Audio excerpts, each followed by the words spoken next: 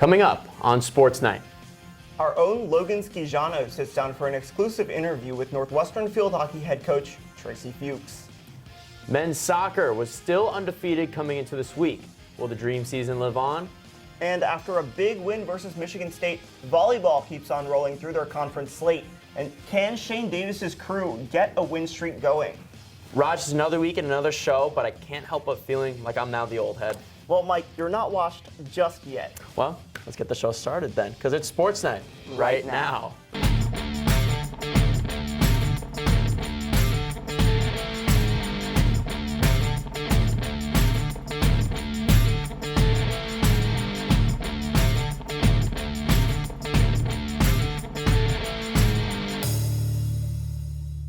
Welcome to Sports Night. I'm Raj Ganeker, joined by Michael Barthelemy. And Mike, we've reached that halfway point of the quarter. Many fall sports wrapping up their seasons. Yeah, and Raj, we have to start with the fact that the best field hockey team in America is right here in Evanston. Last week's win versus number 3 Iowa cemented Northwestern's status as a true national title contender. And with that number 1 spot comes some headhunting, and this week's matchup against Ohio proved a chance to show Northwestern wouldn't crack under the pressure. We head to Lakeside Field. The one-loss Wildcats are at home sweet home versus a non-conference Ohio Bobcats team. Now midway in the first quarter, Lane Herbert with a cheeky flip, but Ilsa Trump's shot saved. A screamer. Seconds later, Lindsey Frank weaving pass to Peyton Halsey. When Peyton Halsey touches the ball, you know you're in trouble. Cats go up 1-0. Now second quarter now. The pass comes into Herbert. Her shot is blocked, but right to Olivia Benton-Cole. Her shot goes through to the top corner, and the Wildcats double their lead. Now, Bobcats trying to let the game not get away from them too early, but the shot here is off the mark. We go into halftime. The number 1 Wildcats are on top, as per usual. Now, into the game's latter half, Northwestern sets up for another go at goal, and this time, Trump's shot is clean past the goalie. 3-0 Wildcats. And wait, is this deja vu? Wildcats with a near identical goal later in the corner. Trump sets up Ben Cole this time around, and we got a 4-0 ball game. But does Ohio have a little fourth quarter miracle? Here's Lauren Wattis to answer that question for you. Senior midfielder slaps that ball in for good measure. 5-0 Cats. And with 20 seconds left, Ohio just wants to get out of Evanston without a shutout. Can't cash in because, try as you must, you are playing the best team in the nation. Cats cruise to a 5-0 win. The Wildcats have 3 games left in conference and head out east this weekend to take on Penn State tomorrow. Sunday will be yet another test for the Cats, however, taking on number 4 Rutgers in Piscataway. But before the Cats hit the road, our own Logan had the chance to sit down with head coach Tracey Fuchs to break down the season and its successes thus far. Coach Fuchs, thank you so much for joining us this afternoon. Number 1 team in the country, still on a 13-game winning streak, 1 game shy of tying the program record for longest win streak ever. How are things going so far with the team? Things seem to be shaping up pretty well in Northwestern field hockey land right now. Yeah, I mean, I think it's a really, really fun season for everybody. I think we've just been really, really consistent over the course of our non-conference games and now our Big Ten conference games. And we have a few more, tough games coming up, but we've been generating a lot of attack and our defense has been really, really solid. Yeah, well, let's just talk about the makeup of the team here in 2023. I mean, it kind of feels like, at least from my perspective, almost a little bit of a changing of the guard, so to speak. You have so many young stars with Liv Ben-Cole, Maya Zavoinovich, and Ilsa Trump really anchoring that back line specifically. I mean, what is the feel around the team this year, and how have those young contributors been able to impact your team so much so far?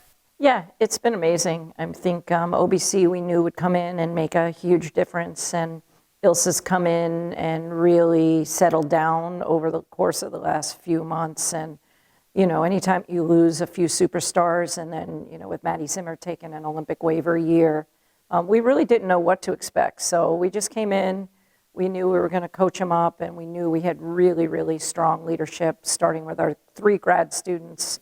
Just coming off that senior day win against Ohio. Before that, a week off after that thrilling win in Iowa City. how have you guys been preparing for this really critical stretch, taking on a couple top 15 teams in Penn State and Rutgers, both on the road?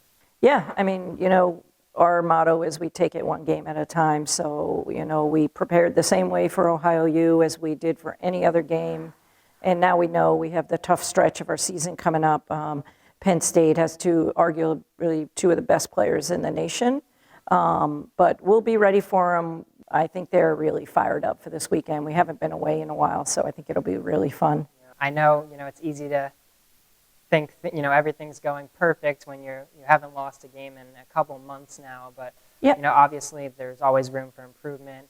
You're dealing with a few injuries with Maja Vojnovic being out, of late. What are some things, in these last few games before we hit that critical Big Ten tournament that you want to see, your team tighten up? Yeah, you always want to tighten up corners, attack corners and defense corners. Our defense corners have been really, really consistent all year. Each and every day we try to get better and better at the tipping, the hitting, the flicking, and so far so good, but I think we can, tidy up a little bit there and increase our percentage a little bit. Yeah, well, good luck this weekend, and thank you so much for taking the time to talk with NMN Sports. Yeah, thanks so much for having me. Go Cats. Thanks as always, Logan. Now, Fuchs is a national championship winning coach, and she'll surely have the Wildcats ready to fight the rest of the way in search of another crown. The Northwestern men's soccer team stands tied for first place in the Big Ten, and they brought a 12-game unbeaten streak into University Park Friday for a bout with the Penn State Nittany Lions. The Cats headed to Happy Valley on Friday, looking to extend their season undefeated streak to lucky 13 against the 6-2-3 Penn State Nittany Lions. Justin Weiss and Colin McCamey get loose before the game here. Not much action in the early goings, but with 10 minutes left in the first half, Northwestern, they start to cook. Christopher Thagard sends it into Justin Weiss. He shoots and he scores. Northwestern getting on the board with Justin Weiss's 7th goal of the season, and the clock ticks down towards the half. And, 10 minutes come and go. Penn State still no answer. The Cats get it out of the box to extinguish any remaining threats as both teams prepare to talk things over at the half. Penn State just 7 shots in the half to Northwestern's 3, but pressure, they hadn't paid off. That hadn't paid off just yet. Penn State comes out. Northwestern comes out. Slow start again entering the second half, but Nittany Lions takes a corner here, headed to Jackson Wayman, deflected and scored by Femi Awodesu. The goalie couldn't get back up as Penn State capitalizes with some set-piece magic. Nittany Lions get another chance just 10 minutes later, charging downfield. Samson Parde has the ball in space, boots to Peter Mangione, who slides and sends it into the back of the net for a go-ahead Penn State goal. He slides again and gets dogpiled as the Lions take a late lead. And that 72nd minute backbreaker would do it in this one. The ball gets sent back in as time runs out, and Penn State becomes the first team this season to hand the Wildcats a loss. Men's soccer will welcome Michigan State to Evanston on Friday as they look to rebound. The Russell Payne squad is ranked in the top 25 this season for the first time since 2014. And with that first loss behind them, they'll take on a Spartans team tied for first place in the Big Ten with them. The winner of that, they take the top spot in the conference. We'll head to break, but when we come back, women's soccer has a shot to pick up a statement decision against number 4 Penn State.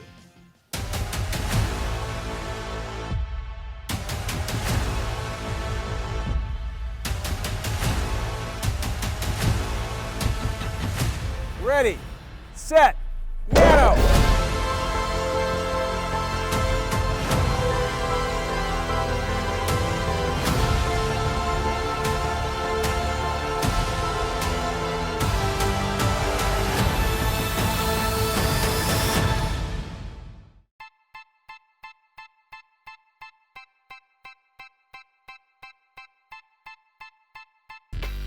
My relationship with Giannis is unique. We're from the same country, we're from the same city. Being a Northwestern alum, I think, has tremendous advantages in the sports industry. To me, that community, it's been with me for 20 plus years.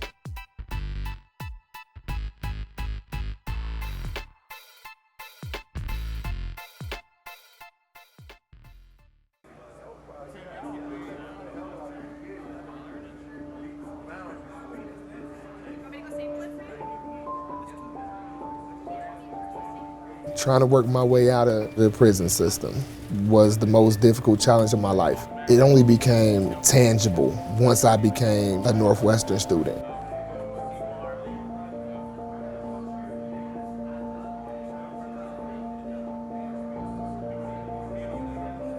Welcome back to Sports Night. We've talked about the Wildcats men's soccer team, but now it's time to take a look at their fellow footballers, the women's soccer team. Northwestern women's soccer came into the week with just one conference win thus far, but that highly talented squad had a chance to change their season story in the final half of conference play. So westward we go to Iowa City. The Hawkeyes sit at 9-3-3 overall, and midway through the first half, Meg Bodie's screamer saved, but the Cats get a corner from it. That ball's up in the air. Iowa clears, but not quite enough. Josie Alessino retains possession. She sends in another cross, and that ball and right to the goalkeeper. Katarina Regazzoni's header, no good, but NU gets another chance 3 minutes later. That free kick from Alessino. Emma Phillips bangs it in. That blue headband has superpowers, her 6th of the year. Iowa tries to get a quick reply. That deep shot off the crossbar, and Wildcats defense clears that out. And Iowa's Maggie Johnson says, "Fool me once, shame on you. Fool me, you can't get fooled again." Absolute banger to draw even at 1. And so through halftime, the score remained level at 1 apiece. Now this game stayed a battle. Northwestern trying the long cross again. Bodie, ball to Ella Haas, and she takes the contact and 1. Northwestern scores the goal, takes the lead 2-1. Iowa with a late opportunity off the free kick. That ball ping-pongs around, finds itself to Maggie Johnson, but that ball is long gone. Northwestern escapes. Another chance, 6 minutes left. The ball rolls right off a Riley Fitzpatrick glove, and Iowa still can't cash in, and NU with another defensive stand. So the Wildcats put their heads together and secure a big-time road win, their 5th overall of the year, 2nd most in the conference. And to Sunday we go. Those Waves, representative of a scary matchup against the number 4 team in the country, Penn State. Wildcats not to be drowned by the undertow, working on the early attack. Bodie's ball in the middle, and Haas's shot dong off the woodwork, no good. But Penn State kept quiet for only so long. This through ball sets up Olivia Borgen perfectly, and she scores to set Penn State ahead 1-0. 5 minutes later, though, Cats on the counter. The cross comes in, and Haas is pulled to the ground. A costly red card from Penn State.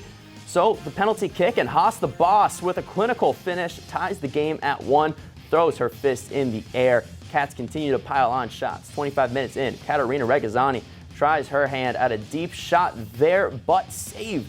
Good save from the goalkeeper. Northwestern keeps their foot on the gas. A perfect pass from Ingrid Falls, and it's again Haas, official title CEO of offense. Cats go into halftime with the lead, potential for a season-defining win over a top 5 squad. Will Michael Moynihan's crew be able to get it done? Second half now, Penn State attacking. Borgen showing off the agility to her way into the box, shows off why Nittany Lions are undefeated. That rocket goes right past Riley Fitzpatrick to tie things up at 2, and that's how it would end. Northwestern loses a halftime lead, but nevertheless takes a favorable draw against that uber-talented Penn State team. Now at 2-4-2 in conference, the Wildcats sit tied for 10th in Big Ten and are currently battling Minnesota in their final home game of the year right now. The Wildcats took on the ITA Midwest Regional Championships in Lansing, Michigan this week. Christina Hand and Justine Leong made the semifinal round in doubles play. Hand and Leong won their first 2 matches easily before running up against tough competition in the later rounds. Brittany Lau and Maria Shishirina also found success in the doubles bracket, making the quarterfinals. They would fall 8-4 to a very talented double squad from Michigan. And in singles play, Hand made the quarterfinals, and her run only ended after a close 3-set loss. Hand needed all 3 sets in 2 of her 3 victories, but proved to be one of the most talented players in Lansing.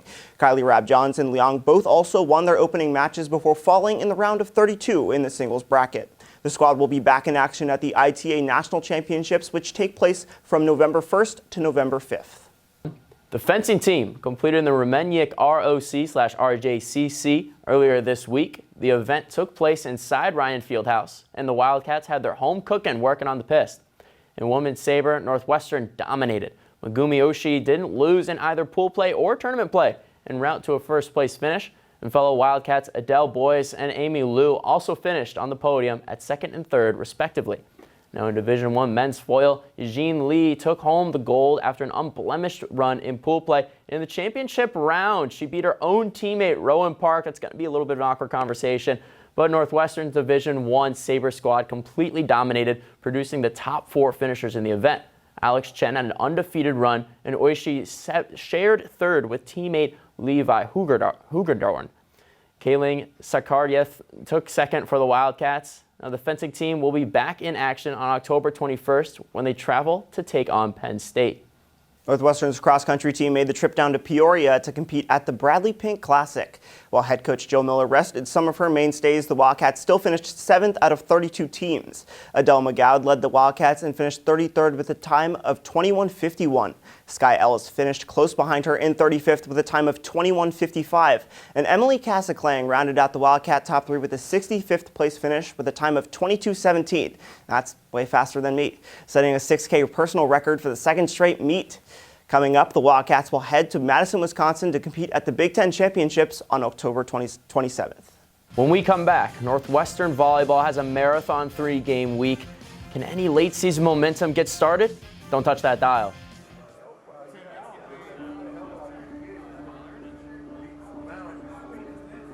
My narrative since I've been locked up and kind of made my transition has been like redemption, accountability. When I come into the classroom environment, every individual that sits amongst me takes education seriously.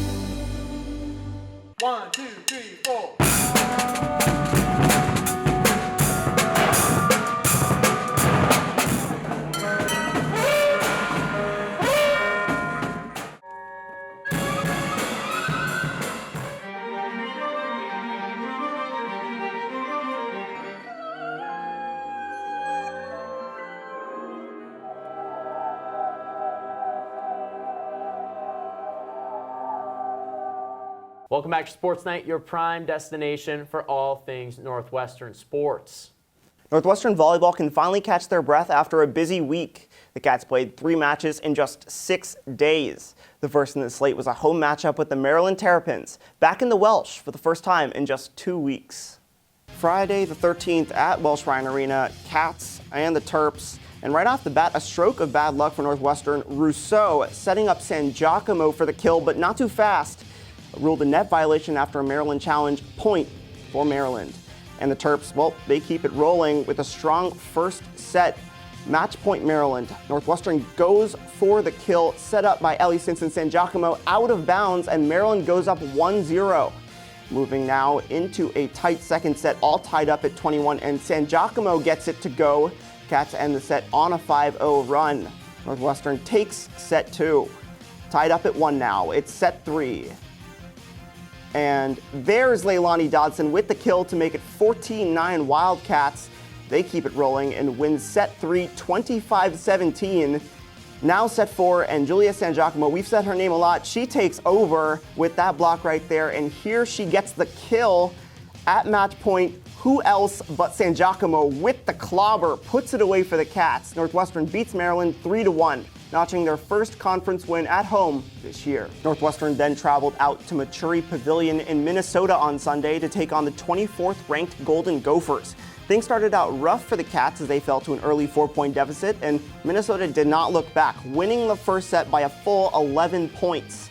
And just when the second set looked to be much of the same, the Wildcats went on a little 14-0 run, posing questions that Minnesota they just could not answer. And they win set number 2, 25-16. Off this clobber from Alexa Rousseau. Northwestern then set it off in the third set, which was such a nail-biter, and they won that one. Gophers then win a fourth set to tie it up at 2. With this ace by Lauren Carter, Cats up 2-1, back to 11-11 with this absolute clobber by Julia San Giacomo. Minnesota looked to end this game quickly, but Northwestern, they battled back to the 5th set. Match point for the Gophers. Wildcats tried to bring it back within a point, but strong play at the net by Minnesota. Game over. Wildcats lose in a 5-set thriller and drop to a record of 9-9. And the Cats rounded it out Wednesday night in Welsh Ryan against the nation's number 2 team, the Nebraska Cornhuskers. Gigi Navarrete gets things started for NU with the first serve of the game, and a big block from sophomore Kennedy Hill gets the Cats on the board first. But the Cornhuskers would dominate the rest of the first set, moving the ball around here. A strong block attempt from the Wildcats, but Nebraska would seal the deal with a kill from Andy Jackson. Huskers take set 1, 25-15. Set 2 now, close one early. Leilani Dodson gets a kill for NU to bring them within 2. But again, the Huskers able to pull away, and with a reception error from NU, they take the second set on an ace from Riley Bergen, score 25-16. Fighting to keep the match alive in set 3, the Cats down by just 2. The wall of Dodson and Avery Hernandez puts Northwestern within 1, but Nebraska battles to match point. Northwestern trying to get it over the net off of this serve and hit, but it's just too strong from Avery Hernandez, and the Huskers take it in 3. As the Cats reach the halfway point of their conference slate, they sit just a game below 500. They'll battle the Michigan Wolverines Saturday to change that and prevent a 3-game skid. Let's dive into the men's and women's swim squads. They both kicked off their seasons with a weekend tour through Ohio. First up was the Cincinnati Bearcats on Friday. The men took a dominant 169-93 win, but the women fell to a Cincy squad returning 2023 NCAA championship qualifier Jolie Cry. Saturday, both sides took wins against the Miami of Ohio Redhawks. The men won 13 different events and the women won 10, including an overall sweep in diving events in the 1,000-yard freestyle events. Senior Andrew Martin and sophomore Hannah Shimizu Bowers both came with wins. Shimizu Bowers won by nearly 4 seconds. The Wildcats will dip back into the pool on Saturday, hoping to keep that momentum from Oxford going against the Southern Illinois Salukis. The women will also invite the Miami Hurricanes along with the Salukis. Coming off a tied second finish last week at the Fighting Irish Classic, the Cats hope to carry it on at the Golf Club of Georgia Collegiate this past weekend. Unfortunately, it ended up being a tough week for the Cats. A 3-over-par final team score placed the Cats in 13th out of 15 teams. They were 28 shots behind the winning Virginia Cavaliers, who shot an incredible final round of 19 under par to take the event with a 6-shot lead over Georgia Tech. Cameron Adam had the best week for the Cats, finishing in a tie for 25th at 1 under. The remaining 3 starters were all inside the top 50 on the event. Omar Morales of UCLA and Algot Clean of East Tennessee University shared the medalist honors at 11 under par. The Cats are hoping to bounce back with a strong showing at the Cal Poly Invitational at the Preserve on October 30th and 31st. Now, before we head to break, check out the top games coming up for the next week. Friday Night Lights, ranked matchup for men's soccer against MSU at home.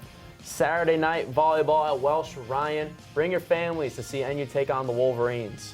And it might be fall, but you can catch the Lake Show for some friendlies at Martin Stadium, including a Marquette matchup on Sunday. I'm Kelly McEvers, founding host of the NPR podcast Embedded. I'm James Edwards, host of the Unresolved podcast from Frontline. I'm Antonia Cereijido, former senior producer of Anything for Selena podcast and current executive producer at Elias Studios.